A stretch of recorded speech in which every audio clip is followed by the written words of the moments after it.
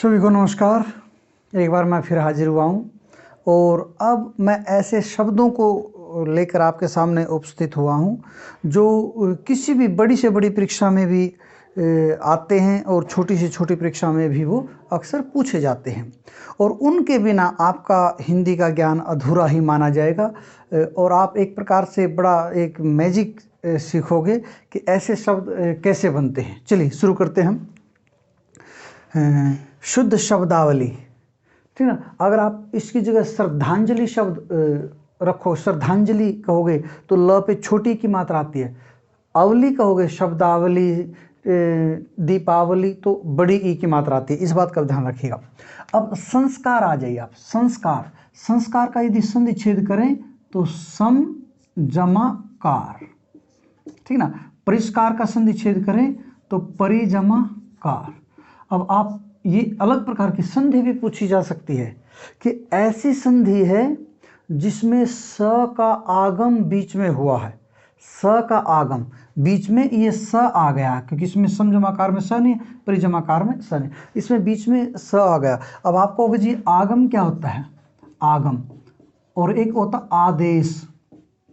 देखिए, जब कोई प्रत्यय या कोई शब्द बीच में आके चुपचाप बैठ जाए या कोई शब्दांश बीच में आके बैठ जाए वो होता आगम, और जब कोई किसी के स्थान पर आके बैठे वो होता आदेश।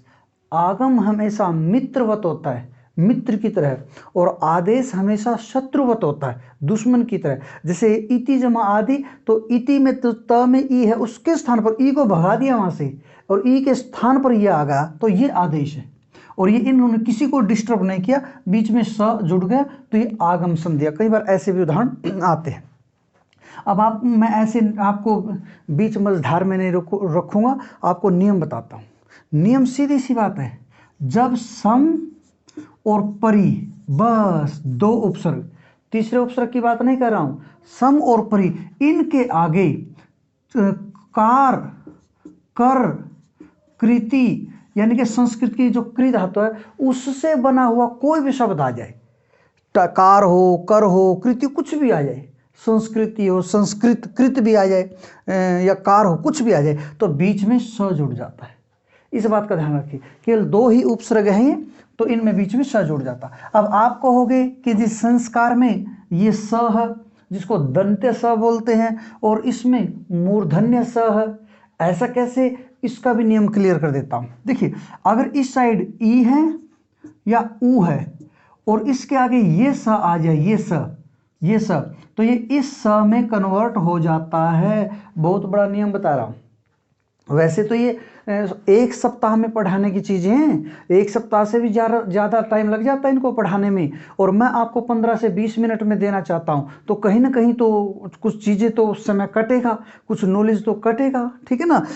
तो ये आपको समझनी पड़ेगी, क्योंकि मैं इस तरह विस्तार, आपका अभी परीक्षा बिल्कुल सर पे है तो मैं उसको ज़्यादा विस्तार नहीं देना चाहता। अगर ई ऊ के आगे ये स आ जाए तो ये स बन जाता। उदाहरण दे देता हूँ, जैसे वी जमा सम, ये सा आएगा तो इसका संधि बनाओगे तो विषम। संधि में पूछ सकता है कि विषम का संधि छेद बताइए, ये से सुजमा समा, ठीक है जी। तो ये जब संधि करोगे तो बनेगा सुषमा, सुषमा, ठीक है ना। तो ये स, ई ऊ के आगे ये स आ जाए तो बन जाता है। तो ऐसे ई के आगे वो स आ गया था तो परिष्कार में, इसलिए ये स बन गया। मान के चलना, समझ में आ गया, ठीक है ना। अगर आप बहुत डीप जाना चाहते हो तो पाणिनि की एक अष्टाध्यायी है, उसमें ये सूत्र है, उसके 4000 लगभग सूत्र है। 4000 सूत्रों में एक ये भी है, संप्रिभ्याम करोतु भूषणे, कि जब सम और परि उपसर्ग आगे हो और आगे कृ धातु का कोई शब्द पड़ा हो और उसका भूषण अर्थ हो, सजाना अर्थ हो, संस्कार, संस्कृति, संस्कृत, परिष्कार, परिष्कृति, इनका सजाना अर्थ ही होता है। सजाना, परिष्कार करना, सजाना, संवारना, ठीक है ना। तो वो अर्थ में ये श बीच में आ जाता है। आपको समझ में आ गया, ठीक है। अब आप दंतोष्ठ देखिए, दंत जमा ओष्ठ, बहुत बड़ी बात है, लाइटली मत लेना एक सिंगल शब्द को भी, ठीक है ना। ये ऐसे बहुत सारे शब्द है, बहुत सारे शब्द, उनमें से चुनिंदा शब्द जो आ सकते हैं मैं आपको पढ़ा नहीं रहा हूँ, बस आपको वो चीज़ें बता रहा हूँ जो आपके पेपर में, आपके एग्जाम में आ सकती है, ताकि आप गलत ना करो। अब आप दंतोष्ठ कर दो तो कोई तो गुण बना के दंत जमा उष्ट कर लेगा। कोई सोचेगा यार अ और ओ तो मिलके औ होता है, औ होता है, ये औ ओ ही कैसे हो रहा, समझ में नहीं आ रहा। तो आप बस इतना जान लीजिए कि दंत जमा ओष्ठ, ये दंतोष्ठ ही होता है। अब इसके संधि का नाम सुन लो आप, संधि है पररूप संधि, अपने नोट्स में बना लो पररूप, ठीक है जी। एक बिल्कुल इसी जैसी होती है पूर्व रूप संधि, उसका उदाहरण मैं लूंगा, पूर्व रूप का भी बताऊंगा आपको, पर फिलहाल ये पर रूप। अब आपको जो हमें तो पर रूप संधि ही नहीं पता। देखो भाई आजकल हिंदी वो नहीं रही, ठीक है ना, चाहे HSSC का यूपीएससी का हो, और IAS लेवल पे तो हिंदी का आपको बिल्कुल जीवा पे नाचनी चाहिए हिंदी आपकी। आप कैसे इतना लाइटली ले सकते हो हिंदी को कि छोटी छोटी बातें उड़ा दी और हो गया, नहीं कर सकते, ठीक ना। तो ये पर रूप संधि आप फिलहाल इतना याद रखिए, इसको कभी मौका मिलेगा आपको ये सारी संधियां विस्तार से कराऊंगा, ठीक है जी। चलिए अब आ जाइए स्वामी भक्त, एक तीर से कई निशाने कर रहा हूं, वर्तनी भी, स्पेलिंग भी सिखा रहा हूं आपको, समास भी सिखा रहा हूं, संधि भी सिखा रहा हूं, नियम भी सिखा रहा हूं, और उनके बारे में जो सामान्य बातें आती है वो भी। स्वामी भक्त, स्वामी का भक्त, ठीक है ना, तो ये आपका संबंध तत्पुरुष समास होगा।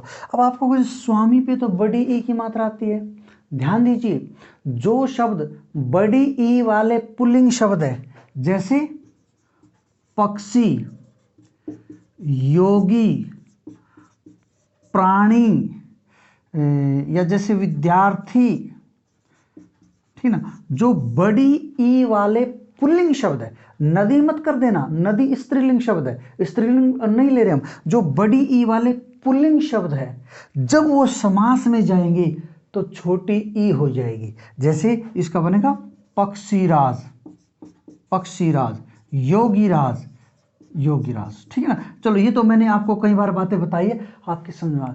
अब इसका संधि कैसे करेंगे, ध्यान दीजिए, इन शब्दों का संधि छेद ऐसे होगा, मैं इसको थोड़ा साफ कर रहा हूं।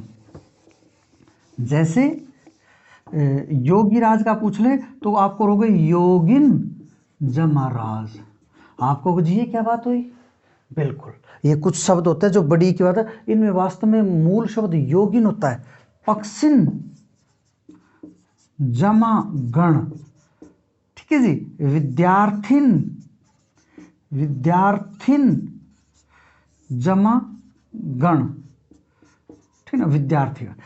अब पिछले स्टेट में आया था आपका योगिंद्र का संधि छेद, योगिन जमा इंद्र था, तो योगी शब्द जब भी आ जाए तो इसको समास करो या करो, तो योगिन जमा इंद्र था, या योगीराज, योगिन जमा राज, इनको ऐसे करोगे, ठीक है ना। इन जैसे कुछ शब्द और है, मैं वो भी बता देता हूं, लगे हाथ यहां पर। जैसे आत्मन, राजन और युवन, जब इनको शब्द के रूप में, पद के रूप में प्रयोग करोगे तो आत्मा, राजा, युवा, पर जब संधि या समास तोड़ोगे तो ऐसे करना पड़ेगा आपको, राजन, आत्मन, युवन। जैसे युवा परिषद आ जाए या यु परिषद, देखो यु परिषद ये शब्द शुद्ध होता, युवा परिषद अशुद्ध है, ठीक ना, क्योंकि इसमें मूल शब्द आता है युवन। अब इसको संधि छेद करोगे तो युवन जमा परिषद, ऐसा करना पड़ेगा आपको, ठीक है जी। ये मैं मान के चल रहा हूं, आपको चीजें समझ में आ गई होंगी, ठीक है ना। तो स्वामी भक्त पे एक तो छोटी ए की मात्रा लगानी है आपने, और जब वो करे, ठीक। अब निरंतर, निरंतर का अर्थ होता जिसमें छेद ना हो, रंध्र, रंध्र होता छेद, और निरंतर होता जिसमें छेद ना हो। देखिए भाई, इसका संधि निर्जमा रंध्र, ठीक है ना। इसका आसान नियम, जहां पर दो र इकट्ठे हो जाए, दो र इकट्ठे हो जाए तो पहले वाले हलंत र को खत्म कर दो, लोप कर दो, और उसके जस्ट बिल्कुल पहले जो स्वर है उसको दीर्घ कर दो, तो ये नी रंध्र ऐसे बन जाता है।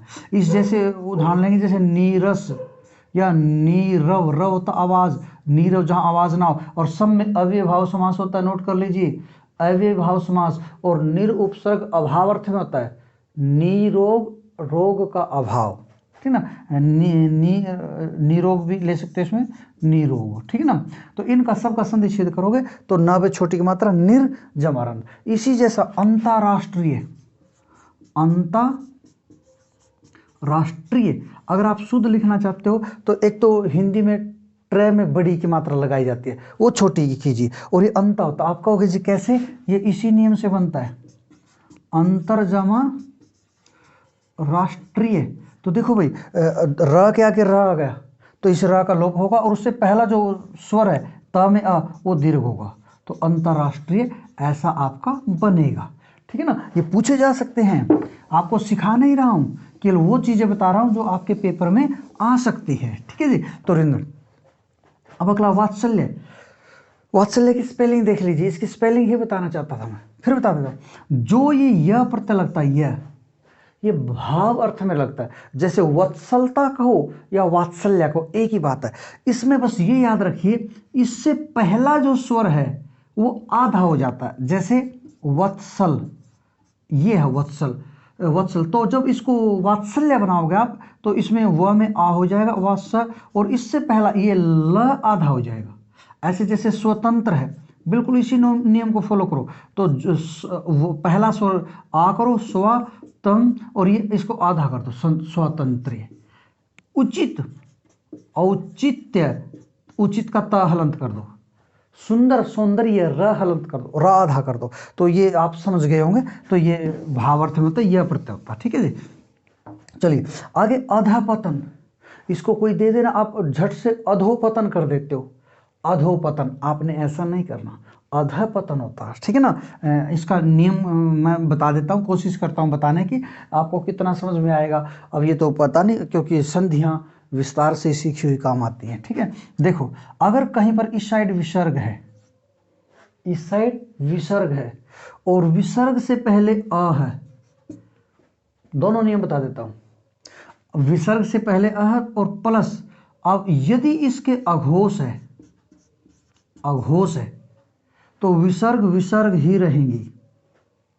जैसे इसी को यहीं क्लियर कर देता हूं, इस उदाहरण को भी, जैसे मन है जमा कामना, विसर्ग से पहले अ है, न में अ है, और आगे अघोष है। अघोष वर्ण कौन सा होता है, हर एक वर्ग का पहला, दूसरा और तीनों से, बस यही होता है अघोष। तो आगे हर एक वर्ग का पहला पड़ा है, क पड़ा है, तो ये विसर्ग विसर्ग ही रहेगा, इस बात का ध्यान रखिए। जैसे पय है पान, आगे क्या है पह, तो ये जो का त्यों ही रहेगा, पय है पान जो का त्यों हो जाएगा, ठीक है जी। तो इसमें ये है, यद्यपि इसके कुछ अपवाद भी हैं, दूसरे भी हैं, वो डिटेल में मैं जाना नहीं चाहता क्योंकि वो सारा गड़बड़ हो जाएगा, ठीक है ना। तो आप ये याद रखिए, अघोष, अघोष में भी आप है ना, इसको साफ कर रहा हूँ, अघोष में भी आप ऐसा करो, इसको और शॉर्ट कर लो। अगर आगे विसर्ग से पहले अह, अह और उसके आगे क ख या प फ बड़ा है, बस ये चार वर्ण ले लो, बिल्कुल नियम से बाहर नहीं जाएगा, तो आपका विसर्ग विसर्ग ही रहेगा।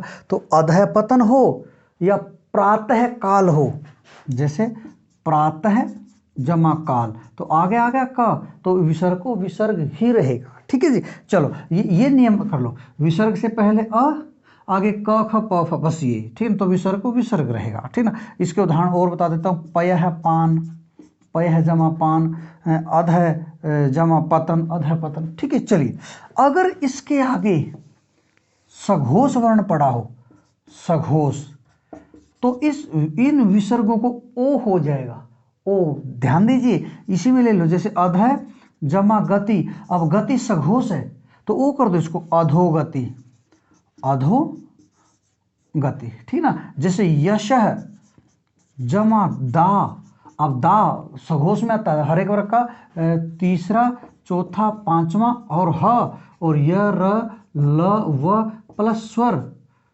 ठीक है ना, ये सारे क्या होते हैं आपके सघोष होते हैं। तो ये तीसरा पढ़ा देखो दा, तो यशोदा, ठीक है। तप है जमा धन, तप है जमा धन, तो तपोधन, ठीक है ना। आगे सघोष पड़ा है और विसर्ग से पहले अ है तो ओ करो, अगर क ख प फ पड़ा तो विसर्ग को विसर्ग रखो, ये नियम है, ठीक है। चलिए थोड़ा आगे बढ़ते हैं। अहोरात्र, ये द्वंद्व समास का उदाहरण है।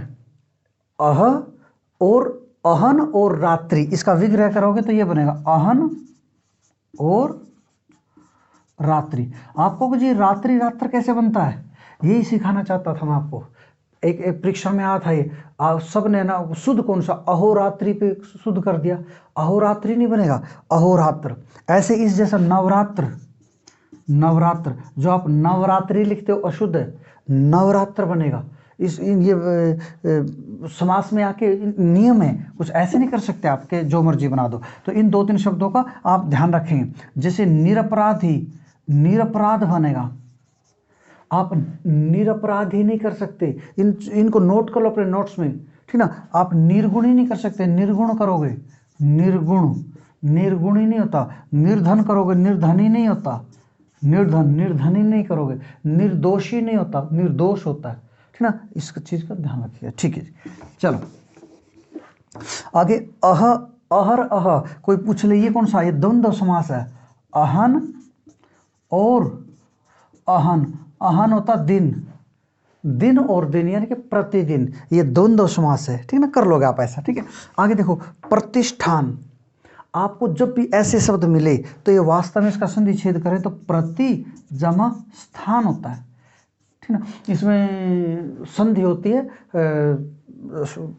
संधि होगी, व्याकरण की भाषा में बात करें तो ष्टुत्व संधि होती है, पर मैं अभी उसमें डीप में नहीं जाना चाहता। प्रति जमा स्थान, तो ये ऐसा स्थान बन जाएगा, ठीक ना। जैसे प्रति जमा स्था, स्था तो बन जाएगा प्रतिष्ठा, नि जमा स्था निष्ठा, ऐसा युधि जमा स्थिर, युधिष्ठिर। नोट कर लो, नोट्स बनाने पड़ेंगे आपको, ठीक है ना। आगे देखो, तदनुसार, इसका होगा तत् जमा अनुसार। इसमें आप क्या गड़बड़ करते हो, तदानुसार लिखते हो। क्यों भाई, तत् जमा अनुसार, त को हो गया द, आ कहाँ से आया, द में अ मिल गया, तदानुसार नहीं तदनुसार। ऐसा ही इसका मिलता जुलता उदाहरण और दे देता हूं, तदुपरांत, इसको आप तदोपरांत कर देते हो, तत् जमा उपरांत, बिगाड़ना नहीं है खेल, ठीक है ना। चलिए अब देखो, भूख मरा, जब आपका इस करोगे, इसमें कर्ण तत्पुरुष समास है, भूख से मरा, भूख से मरा। तो जब भूख लिखोगे तो बड़े ऊ की मात्रा आएगी, और जब भूख मरा करोगे तो छोटे ऊ की मात्रा, यही मैं इसको बताना चाहता था, ठीक है। आगे इसमें आ जाओ, अब इसमें करोगे मन है जमा चिकित्सा, आप पता क्या करते हो, मनोचिकित्सा अशुद्ध है, मनस चिकित्सा लिखोगे। इसका यहाँ पर लिख रहा हूँ मैं, मनस, ये शुद्ध होता है, चिकित्सा, ठीक है ना। कैसे शुद्ध होता है ये कभी विस्तार से बातें करेंगे हम, अभी आपका टेस्ट सिर पे है तो ऐसे इनको ध्यान से समझें। मनस चिकित्सा, मन है जमा कामना, अभी मैंने बताया विसर्ग से पहले अ हो और आगे क ख या प फ पढ़ाओ तो विसर्ग को विसर्ग रह जाता। मन है जमा कामना, मन है कामना ही होता है, मन है कामना होता है। आपको जो हमने तो आज तक मनोकामना पढ़ा, मनोकामना, हम तो भगवान के दरबार में भी जाके गलत बोल रहे थे कि हमारी मनोकामना पूर्ण करना, तो मन है कामना, तभी तो मनोकामनाएं पूर्ण नहीं होती। आप अशुद्ध बोलते हो तो मन है कामना बोलिए। सरस्वती का निरादर होता है शब्दों को अशुद्ध उच्चारण, ठीक है ना। तो मन है कामना बोलिएगा, ठीक ना। अब अन्योन्या, अन्य है जब अन्य, ये कई बार आ चुका है, ये तो अन्यो अन्या, कई बार पूछ भी लेता है कोई, पूछ किसी से पूछ के देख लेना, ठीक है ना, कि अन्य है, अन्योन्या का संधिच्छेद क्या होगा, तो हर कोई पजल हो जाएगा। तो आपको अन्य है, ये विसर्ग को ओ हो जाता, विसर्ग से पहले अ हो और आगे भी अ हो तो ऐसे बनता है, मन है जमा अनुभूति, मनोनुभूति, मन है जमा अनुकूल, मनोनुकूल, ठीक है ना। तो ऐसे बनता, तो अन्य जमा अन्य, मन है जमा अभिराम, मनोभिराम, ठीक ना। इसमें बहुत कुछ है बताने के लिए, बहुत कुछ, पर वीडियो लंबा हो जाएगा, नहीं बता रहा हूँ, ठीक है। चलिए, चतुष्पाद ऐसे लिखते हैं, इसका चतुः जमा पाद ऐसे लिखते हैं, ठीक है। ये शब्द रट लो भाई, ये शब्द, और इसमें अतएव का मैंने संधि छेद बना रखा, अतः जमा एव। ये शब्द मन है, पय है, शर है, यश है, तेज है, तप है, वय है, सिर है, नभ है, तम है, ये जब इनके आगे, क्योंकि विसर्ग से पहले सबके आगे अ पड़ा है, सब में विसर्ग से पहले अ है, अगर इनके आगे सघोष पड़ा है तो ये सारे के सारे ओ में कन्वर्ट हो जाएंगे। कोई सा ले, जैसे यश है तो आगे दा पड़ा यशोदा, जैसे सर है आगे ज पड़ा, ज भी सघोष है तो ओ में कन्वर्ट हो सरोज। जैसे वय है जमा वृद्ध, आगे वृद्ध सघोष पड़ा तो वयोवृद्ध। तप है जमा धन तपोधन, तेजोमय है तेज जमा मय, आगे सघोष पड़ा। अगर इनके आगे अघोष पड़ा हो, अघोष की बात कर रहा हूं, तब ये ओ में कन्वर्टर नहीं होंगे। तब किस में कन्वर्टर जाएंगे? या तो तीनों स में कन्वर्टर होंगे, या फिर आगे इनके आगे यदि क ख यदि प फ ये पड़े हैं तो विसर्ग ही रह जाएगा।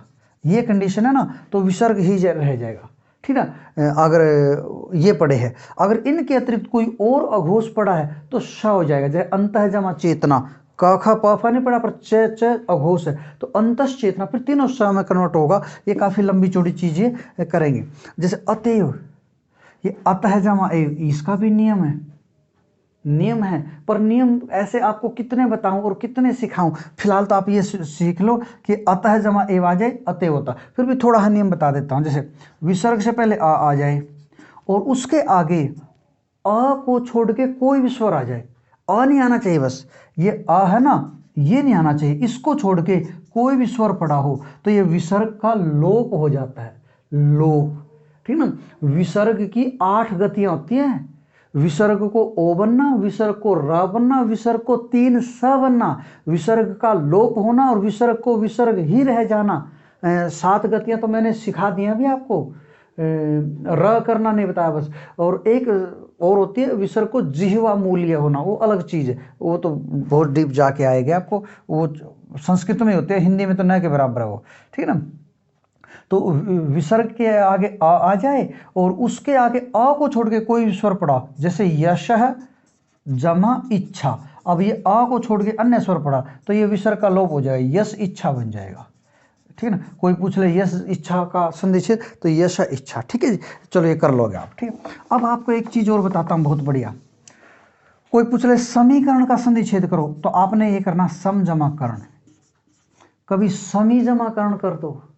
जब कोई आगे कर्ण इत्यादि पड़ा हो, और भी शब्द हैं, ये अकेला नहीं, तो अगर उसमें बीच में अनायास बड़ी ई की मात्रा जुड़ रही है तो जब संधि तोड़ोगे वो बड़ी ई की मात्रा उड़ जाती है, जब संधि करोगे तो फिर आ जाएगी। मानवीकरण तो मानव जमा कर्ण, इसका संधि छेद यही करना आपने, इसमें गड़बड़ नहीं करनी है। कई बार वो समीकरण का ऐसे भी कर सकता है, सम उपसर्ग नहीं है इसमें, फिर बता रहा हूं, सम उपसर्ग का अर्थ होता अच्छा और सम का अर्थ होता बराबर।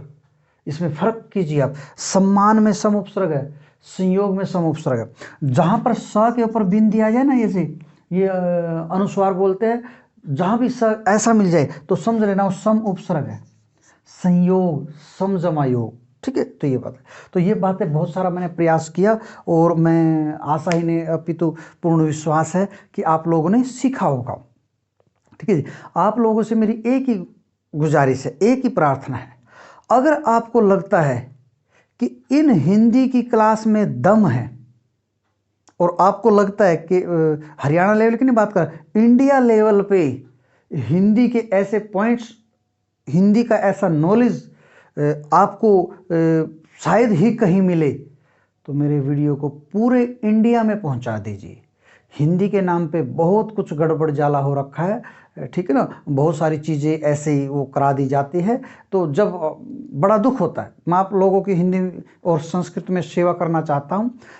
हिंदी और संस्कृत में IAS से लेकर के नेट JRF, इनमें तो मुझे परमात्मा की कृपा से सरस्वती का वरदान प्राप्त है एक प्रकार का, ऐसा मैं मानता हूँ, उसमें मुझे दिक्कत नहीं है।